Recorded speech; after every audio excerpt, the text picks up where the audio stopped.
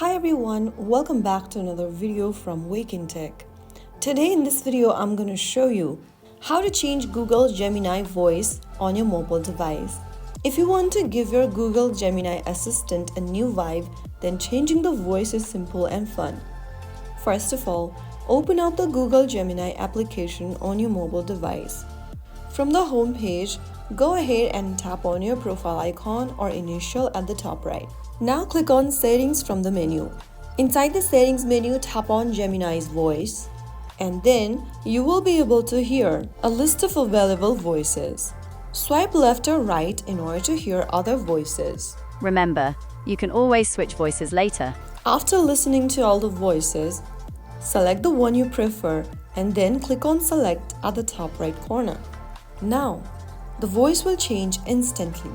Once you've made a choice, simply back out of the settings and then your new voice is now active. You can change it anytime if you want a different sound to match your mood or style. If you found the video helpful, don't forget to like, share and subscribe to the channel.